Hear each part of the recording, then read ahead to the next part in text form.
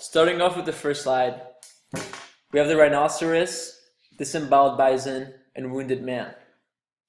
This carving was found in the cave of Lascaux, which was located in France.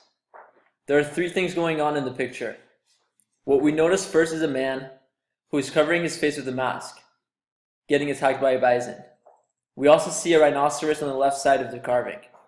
Overall, this picture shows the importance of animals to the Paleolithic people. Moving on to the second slide, we have the White Temple of Uruk. This temple is an example of ziggurat. The temple was considered to be a city within a city where people could go to pray and worship the gods. These 40-foot ziggurats rose up high because the Sumerians believed that the higher they were, the closer they could be to the gods. Ziggurats represented a sense of security for those who worship the gods. In this next slide, we have the royal citadel of Sargon II. The citadel was built on elevated structures to reach greater levels of power. King Sargon II constructed the colossal palace, the royal citadel. The king's citadel stood 40 feet above the city, representing his elevated power. It was secured by a strong defensive wall, indicating the nation's fear and preparation for an attack during a time of constant warfare. In this next slide, we have the Great Pyramids, which is located in Egypt. The pyramids is the last survivor of the 7 wonders of the world. These pyramids were built from approximately 2.5 million limestone blocks, each weighing an average of 2.6 tons. Not only did the pyramids function as tombs, but they also function as an enormous sundial.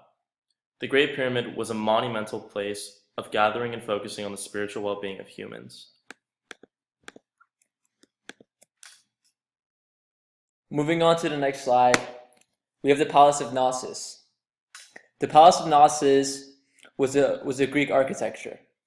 The palace considered to be one of the largest structures on the island of Crete. The Palace of Knossos was a structure that was built against the upper slopes and across the top of a steep hill.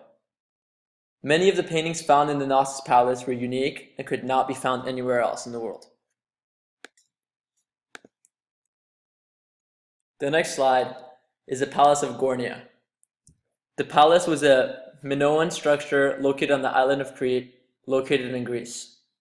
It was considered to be a regional production center that included bronze tools, weaponry, and pottery.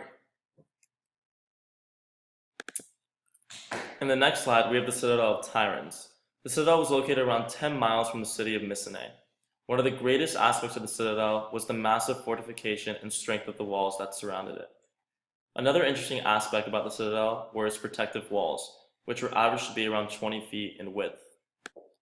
In this next slide, we have the tombs of Banatisia Necropolis. The tombs are located outside the city of Cerveteri. These tombs carved into large circular mounds known as tumulus. Each tumuli was built for a single family, but contained 1 to 4 tombs depending on the number of people in the family. The tombs of Banatisia Necropolis were also made with long, narrow entranceways, also known as dromos.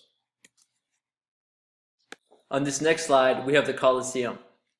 The Colosseum was an amphitheater in the center of Rome, located in Italy. It's a symbol of the Roman Empire and represented power and security of the empire. It was a theater used for all sorts of events such as gladiatorial contests, moxie battles, executions, dramas, and etc., and was used for entertainment. Overall, the Colosseum was a symbol of the Roman technology and advancements. And on to the last slide, we have the Death of the Virgin. The Death of a Virgin was a painting that was done by Caravaggio. It is now in the Louvre Museum, located in Paris, France. The painting features the Virgin Mary lying down in a red dress with apostles surrounding her. The Virgin Mary is highly respected in Christian religion and tradition.